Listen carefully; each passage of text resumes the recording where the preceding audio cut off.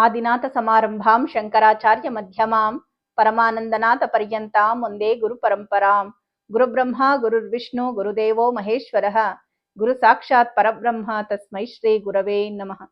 ಭಜೆ ಶ್ರೀಚಕ್ರ ಮಧ್ಯಸ್ಥಾಂ ದಕ್ಷಿಣೋತ್ತರಯೋ ಸದಾ ಶ್ಯಾಮಾ ವಾರ್ತಾಳಿ ಸಂಸೇವ್ಯಾಂ ಭವಾನೀಂ ಲಲಿತಾಂಬಿಕಾಂ. ಶ್ರೀ ಗುರುಭ್ಯೋ ನಮಃ. ಶ್ರೀ ಮಾತ್ರೇ ನಮಃ. ನನಗೆ ಬಹಳಷ್ಟು ಜನ ಕಾಮಾಖ್ಯ ದೇವಿಯ ಬಗ್ಗೆ ಹೇಳಿ ಅಂತ ಕೇಳಿದ್ರು.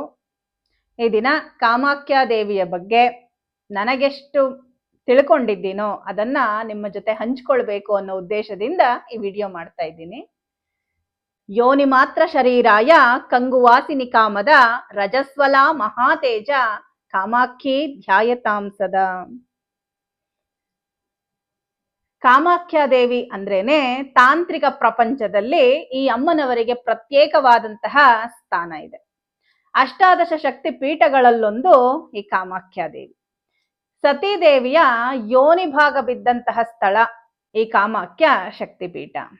ಬಹಳ ದೊಡ್ಡ ಆಪತ್ತುಗಳು ಬಂದಾಗ ಮಂತ್ರಶಾಸ್ತ್ರ ತಿಳಿದವರನ್ನ ಸಲಹೆ ಕೇಳಿದ್ರೆ ಕಾಮಾಖ್ಯಗೆ ಹೋಗಿ ಅಲ್ಲಿ ಪಂಚಬಲಿಯನ್ನ ಸಮರ್ಪಿಸಿ ನಿಮ್ಮ ಕಷ್ಟಗಳೆಲ್ಲವೂ ಶೀಘ್ರವಾಗಿ ದೂರ ಆಗತ್ತೆ ಅಂತ ಹೇಳ್ತಾರೆ.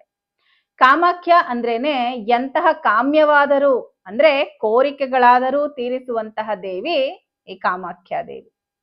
ಅಮ್ಮನವರು ಅಲ್ಲಿ ಬಹಳ ಉಗ್ರ ಸ್ವರೂಪದಲ್ಲಿರ್ತಾರೆ ಅಂತ ಬಹಳಷ್ಟು ಜನ ಹೇಳ್ತಾರೆ.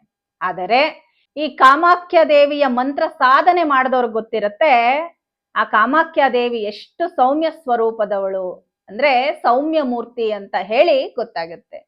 ಮತ್ತೆ ಅವಳು ಎಷ್ಟು ಶೀಘ್ರವಾಗಿ ಕೋರಿಕೆಗಳನ್ನ ತೀರಿಸ್ತಾಳೆ ಅನ್ನೋದು ಕೂಡ ತಿಳಿಯುತ್ತೆ. ಕಾಮಾಖ್ಯೆ ವರದೇ ದೇವಿ ನೀಲಪರ್ವತ ವಾಸಿನಿ ತ್ವಂ ದೇವಿ ಜಗತರ್ಮಾತ ಯೋನಿ ಮುದ್ರೇ ನಮೋಸ್ತುತೆ. ಇದು ಕಾಮಾಖ್ಯ ದೇವಿಯ ಧ್ಯಾನ ಶ್ಲೋಕ. ಇದು ಎಷ್ಟು ಮಹತ್ವವನ್ನ ಪಡ್ಕೊಂಡಿರ್ತಕ್ಕಂತಹ ಶ್ಲೋಕ ಅಂದ್ರೆ ಕಾಮಾಖ್ಯಗೆ ಹೋಗಿ ಅಲ್ಲಿ ಅರ್ಚಕರನ್ನ ಕೇಳಿದ್ರೆ ಇದೇ ಶ್ಲೋಕವನ್ನ ಹೇಳ್ತಾರೆ. ಮತ್ತೆ ಬಹಳಷ್ಟು ಜನ ಈ ಶ್ಲೋಕವನ್ನೇ ಮಂತ್ರದ ಹಾಗೆ ಪಠಿಸಿ ಅವರು ದೇವಿಯ ಅನುಗ್ರಹವನ್ನ ಕೂಡ ಪಡ್ಕೊಳ್ತಾ ಇದ್ದಾರೆ.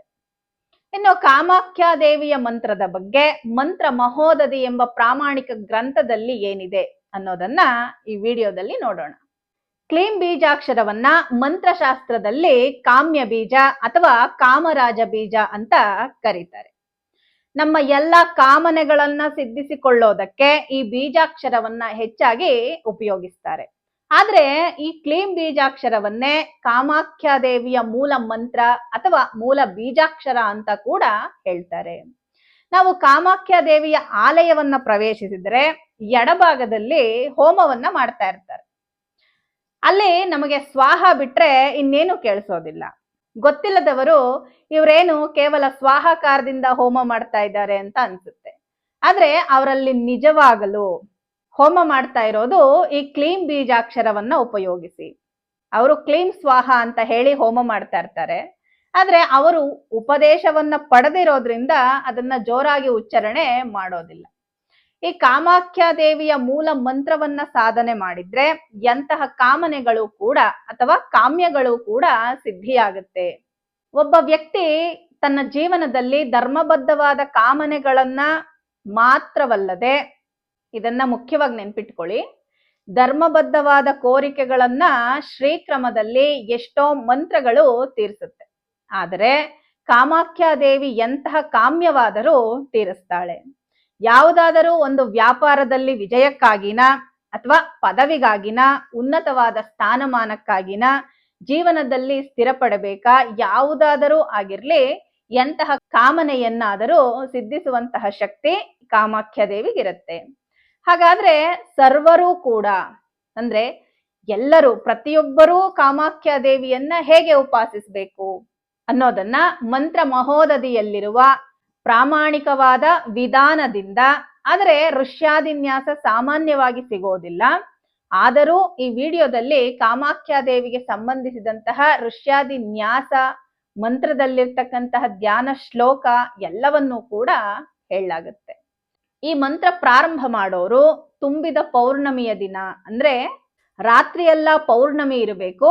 ಆ ದಿನವನ್ನ ನೋಡ್ಕೊಂಡು ಬೆಳಗ್ಗೆಯಿಂದ ಬೇಯಿಸಿದಂತಹ ಘನ ಪದಾರ್ಥವನ್ನ ಸೇವಿಸದೆ ಕೇವಲ ಹಾಲು ಹಣ್ಣನ್ನ ಮಾತ್ರ ಸೇವಿಸಿ ಸೂರ್ಯಾಸ್ತದವರೆಗೂ ಉಪವಾಸವನ್ನ ಆಚರಿಸಬೇಕು. ನಂತರ ಸ್ನಾನಾದಿಗಳನ್ನ ಮುಗಿಸಿ, ಇಲ್ಲಿ ಹರಿಶಿಣದ ನೀರಿನಿಂದ ಸ್ನಾನವನ್ನ ಮಾಡಬೇಕು. ಕೆಂಪು ವಸ್ತ್ರವನ್ನ ಧರಿಸಬೇಕು. ಪೂಜಾ ಗೃಹದಲ್ಲಿ ಕೂಡ ಒಂದು ಪೀಠವನ್ನ ಇಟ್ಟು ಅದರ ಮೇಲೆ ಕೆಂಪು ಬಣ್ಣದ ವಸ್ತ್ರವನ್ನ ಹಾಕಿ ಆ ವಸ್ತ್ರದ ಮೇಲೆ ಭತ್ತವನ್ನ ಹಾಕಬೇಕು. ಆ ಭತ್ತ ಹಾಕಿ ಅದರ ಮೇಲೆ ದೀಪದ ಕಂಬವನ್ನ ಇಡಬೇಕು. ಇಲ್ಲಿ ದೀಪದ ಕಂಬವನ್ನಾದ್ರೂ ಇಡಬಹುದು ಅಥವಾ ಮಣ್ಣಿನ ದೀಪವಾದರೂ ಇಡಬಹುದು, ಯಾವುದಾದ್ರೂ ನಡೆಯುತ್ತೆ.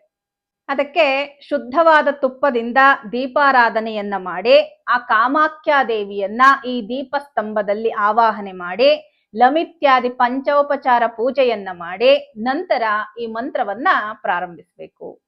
ಹುಣ್ಣಿಮೆ ದಿನ ಪ್ರಾರಂಭಿಸಿ 90 ದಿನ ನಿತ್ಯವೂ ರಾತ್ರಿ ಭಾಗದಲ್ಲಿ ಸಾಧನೆಯನ್ನ ಮಾಡಬೇಕು. ಈ ವಿಧಾನವನ್ನ ಯಾರು ಬೇಕಂದ್ರೂ ಮಾಡಬಹುದು. ಸ್ತ್ರೀಯರು ಪುರುಷರು ಯಾವುದೇ ರೀತಿಯ ಭೇದವಿಲ್ಲದೆ ಪ್ರತಿಯೊಬ್ರು ಕೂಡ ಮಾಡಬಹುದು. ಇನ್ನು ಸ್ತ್ರೀಯರು ತಿಂಗಳಲ್ಲಿ 5 ದಿನ ಮಾಡಬಾರ್ದು, ಆ 5 ದಿನ ಕಳ್ಕೊಂಡು ಮತ್ತೆ ಪ್ರಾರಂಭ ಮಾಡಬೇಕಾಗತ್ತೆ.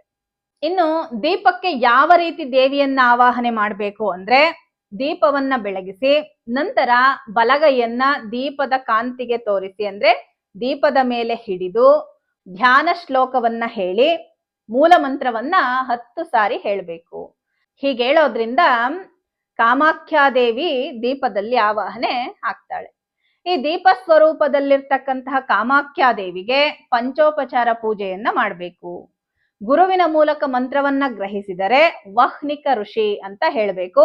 ಜಗತಿ ಛಂದಸ್ಸು ಅಸ್ಯ ಶ್ರೀ ಕಾಮಾಖ್ಯಾ ಮಹಾಮಂತ್ರಸ್ಯ ವಹ್ನಿಕ ಋಷಿ ಜಗತಿ ಛಂದಃ ಶ್ರೀ ಕಾಮಾಖ್ಯಾ ಪರಾಂಬಾ ದೇವತಾ ಓಂ ಶಕ್ತಿ ಅವ್ಯಕ್ತಂ ಕೀಲಕಂ. ಇದರಲ್ಲಿ ಪ್ರಣವ ಶಕ್ತಿ ಅಂತ ಇರುತ್ತೆ, ಆದ್ರೆ ನಾವು ಹೇಳುವಾಗ ಕ್ಲೀಂ ಬೀಜಂ ಓಂ ಶಕ್ತಿ ಜಗನ್ಮಾತಾ ಕಾಮಾಖ್ಯಾ ಪರಾಂಬಾ ಅನುಗ್ರಹ ಪ್ರಸಾದ ಸಿದ್ಧ್ಯರ್ಥೆ ಜಪೇ ವಿನಿಯೋಗ ಅಂತ ಹೇಳಬೇಕಾಗತ್ತೆ. ಇನ್ನು ಅಂಗನ್ಯಾಸ ಕರನ್ಯಾಸಗಳ ವಿಷಯಕ್ಕೆ ಬಂದ್ರೆ, ಗುರು ಮೂಲಕ ಗ್ರಹಿಸಿದವರಿಗೆ ಅಂದ್ರೆ ಮಂತ್ರವನ್ನ ಉಪದೇಶ ಪಡೆದಂತವರಿಗೆ ಓಂ ಅಥವಾ ಕ್ಲೀಂ ಇಂದ ಪ್ರಾರಂಭ ಆಗುತ್ತೆ. ನಮಃ ಕಾಮಾಖ್ಯಾಯೈ ಸರ್ವಸಿದ್ಧಿದಾಯೈ ಅಮುಖ ಕರ್ಮ ಕುರು ಸ್ವಾಹ. ಇದನ್ನೇ 6 ಭಾಗಗಳನ್ನಾಗಿ ಮಾಡಿ ಅಂಗನ್ಯಾಸ ಕರನ್ಯಾಸಗಳನ್ನ ಮಾಡಬೇಕು. ಧ್ಯಾನ ಶ್ಲೋಕ, ಯೋನಿ ಮುದ್ರೆ ಬರ್ತಕ್ಕಂಥವರು ಯೋನಿ ಮುದ್ರೆಯನ್ನ ಪ್ರದರ್ಶಿಸಿ, ಅಂದ್ರೆ ಯೋನಿ ಮುದ್ರೆಯನ್ನ ದೇವಿಗೆ ತೋರಿಸಿ ಅದನ್ನ ನೋಡ್ತಾ ನಾವು ಧ್ಯಾನ ಶ್ಲೋಕವನ್ನ ಹೇಳಬೇಕು. ಯೋನಿ ಮಾತ್ರ ಶರೀರಾಯ ಕಂಗುವಾಸಿನಿ ಕಾಮದ ರಜಸ್ವಲ ಮಹಾತೇಜ ಕಾಮಾಖ್ಯೆ ಧ್ಯಾಯತಾಂಸದ ಅಂತ ಹೇಳಿ ಯೋನಿ ಮುದ್ರೆಯನ್ನ ಪ್ರದರ್ಶಿಸಿ, ಅಂದ್ರೆ ನಿಮಗೆ ಬಂದ್ರೆ ಪ್ರದರ್ಶಿಸಿ, ಇಲ್ಲ ಅಂದ್ರೆ ಕೈಯನ್ನ ಮುಗಿದು ನಮಸ್ಕಾರವನ್ನ ಮಾಡಬಹುದು. ಇನ್ನು ಮಂತ್ರದ ವಿಷಯಕ್ಕೆ ಬಂದ್ರೆ, ಅಮುಖ ಕರ್ಮ ಅಂತ ಇರೋದನ್ನ ತೆಗೆದು ಸದುದ್ಯೋಗ ಸಿದ್ಧಿಂ ಕುರು ಸ್ವಾಹ, ಅಂದ್ರೆ ಇಲ್ಲಿ ನೀವು ಯಾವ ಕೋರಿಕೆ ತೀರೋದಕ್ಕೋಸ್ಕರ ಈ ಮಂತ್ರಾನುಷ್ಠಾನವನ್ನ ಮಾಡ್ತಾ ಇದ್ದೀರೋ ಆ ಕೋರಿಕೆಯನ್ನ ಹೇಳ್ಕೋಬೇಕಾಗತ್ತೆ. ಅಲ್ಲಿ ಅಮುಖ ಅಂತ ಇರೋ ಜಾಗದಲ್ಲಿ ನಿಮ್ಮ ಕೋರಿಕೆಯನ್ನ ಹೇಳ್ಬೇಕು, ಅದನ್ನ ನೆನ್ಪಿಟ್ಕೋಬೇಕು. ನಾವು ನಮ್ಮ ಕೋರಿಕೆಯನ್ನ ಸೇರಿಸಿ ಆ ಮಂತ್ರ ಜಪವನ್ನ ಮಾಡಬೇಕು. ಇನ್ನು ಯಾರಿಗೆಲ್ಲ ಅವಕಾಶ ಇರುತ್ತೋ ಅವರು ಬೆಳಿಗ್ಗೆ ಸಮಯದಲ್ಲೂ ಕೂಡ, ಅಂದ್ರೆ ಉದಯ ಕಾಲದಲ್ಲೂ ಕೂಡ ಸಹಸ್ರಾಧಿಕ ಮಂತ್ರ ಜಪವನ್ನ ಪೂರ್ತಿಗೊಳಿಸಬಹುದು. ರಾತ್ರಿ ಕೂಡ ಸಹಸ್ರಾಧಿಕ ಅಂದ್ರೆ 1000ಕ್ಕಿಂತಲೂ ಹೆಚ್ಚಾಗಿ ಈ ಮಂತ್ರವನ್ನ ಜಪಿಸ್ಬೇಕು. ಅಂದ್ರೆ ಒಂದು ಸಾರಿ ಕುಳಿತುಕೊಂಡ್ರೆ ನಾವು 1000ಕ್ಕಿಂತಲೂ ಹೆಚ್ಚಿಗೆ ಮಂತ್ರವನ್ನ ಜಪ ಮಾಡ್ಬೇಕು ಅಂತ ಹೇಳ್ತಾರೆ. ಇಲ್ಲಿ ನಮ್ಗೆ ಯಾರು ಗುರುಗಳು ಲಭ್ಯ ಇಲ್ಲ ಅಂತ ಅನ್ನೋರು ಆ ದೇವಿಯನ್ನೇ ಗುರು ಅಂತ ಭಾವಿಸಿ ಮಂತ್ರಾನುಷ್ಠಾನವನ್ನ ಮಾಡಬಹುದು. ಯಾವುದೇ ರೀತಿಯ ತೊಂದರೆಗಳು ಕೂಡ ಆಗೋದಿಲ್ಲ. ಇನ್ನು ಈ ಮಂತ್ರವನ್ನ ರಾತ್ರಿ ಕಾಲದಲ್ಲಿ ಜಪಿಸೋದ್ರಿಂದ ಅದು ಬಹಳ ಶಕ್ತಿಯನ್ನ ಪಡ್ಕೊಳ್ಳುತ್ತೆ. ಯಾಕೆ ನಾವು ರಾತ್ರಿ ಸಮಯದಲ್ಲೇ ಜಪ ಮಾಡ್ಬೇಕು ಅಂದ್ರೆ, ಈ ಕಾಮಾಖ್ಯ ಅಂದ್ರೇನೆ ತಮೋಗುಣ ಪ್ರಧಾನವಾದಂತಹ ದೇವತೆ ಅಂತಲೂ ಕೂಡ ಹೇಳ್ತಾರೆ. ಆದ್ರಿಂದ ರಾತ್ರಿ ಸಮಯದಲ್ಲಿ ಮಾಡೋದ್ರಿಂದ ಶಕ್ತಿ ಹೆಚ್ಚುತ್ತೆ ಅನ್ನೋದು ಕೂಡ ಇರುತ್ತೆ. ಇನ್ನು ರಾತ್ರಿ ಸಮಯದಲ್ಲಿ ಹೆಚ್ಚಿಗೆ ಹೊರಗಿನ ಶಬ್ದಗಳು ಯಾವುದು ಇರೋದಿಲ್ಲ, ಆದ್ರಿಂದ ನಮಗೆ ಆ ಸಮಯ ಬಹಳ ಅನುಕೂಲಕಾರಿಯಾಗಿರುತ್ತೆ. ಆದ್ರಿಂದ ರಾತ್ರಿ ಸಮಯದಲ್ಲೇ ಈ ಜಪಕ್ಕೆ ಪ್ರಾಧಾನ್ಯತೆ ಹೆಚ್ಚಿರುತ್ತೆ. ಇನ್ನು 40 ದಿನ ಕಳೀತಾ ಇದ್ದಾಗ್ಲೇ ನಮಗೆ ಆ ಮಂತ್ರದ ಪ್ರಭಾವ ಅನ್ನೋದು ಪ್ರಾರಂಭ ಆಗುತ್ತೆ. ಯಾಕಂದ್ರೆ 90 ದಿನಗಳು ಮಾಡ್ತಕ್ಕಂತಹ ಸಾಧನೆ. 90 ದಿನ ಅಂದ್ರೆ ಹತ್ತತ್ರ 3 ತಿಂಗಳಾಗತ್ತೆ ಈ ಸಾಧನೆಗೆ. ಇನ್ನು ಯಾವ ಕೋರಿಕೆಗಾಗಿ ನೀವು ಈ ಅನುಷ್ಠಾನವನ್ನ ಮಾಡ್ತಾ ಇರ್ತೀರಾ, ಆ ಕೋರಿಕೆ ತೀರೋವರೆಗೂ ನೀವು ಈ ಮಂತ್ರಾನುಷ್ಠಾನವನ್ನ ಮಾಡ್ಬೇಕು.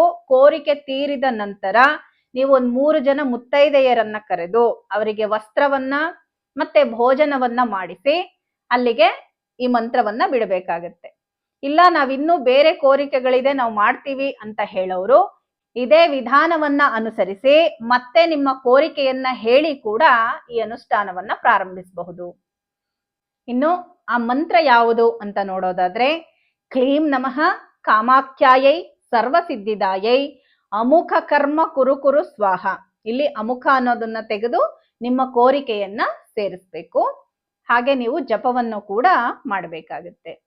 ಯಾರಿಗೆಲ್ಲ ಕಾಮಾಖ್ಯಾದೇವಿಯ ಅನುಗ್ರಹವನ್ನ ಪಡ್ಕೊಳ್ಬೇಕು ಅನ್ನೋ ಕೋರಿಕೆ ಇರುತ್ತೋ ಅವರೆಲ್ಲ ಈ ರೀತಿ ಅನುಷ್ಠಾನವನ್ನ ಮಾಡಿ ಕಾಮಾಖ್ಯಾದೇವಿಯ ಅನುಗ್ರಹವನ್ನ ಪಡ್ಕೊಳ್ಳಿ ಅಂತ ಪ್ರಾರ್ಥಿಸ್ತಾ, ಲೋಕಾ ಸಮಸ್ತ ಸುಖಿನೋ ಭವಂತು, ಸಮಸ್ತ ಸನ್ಮಂಗಳಾನಿ ಭವಂತು.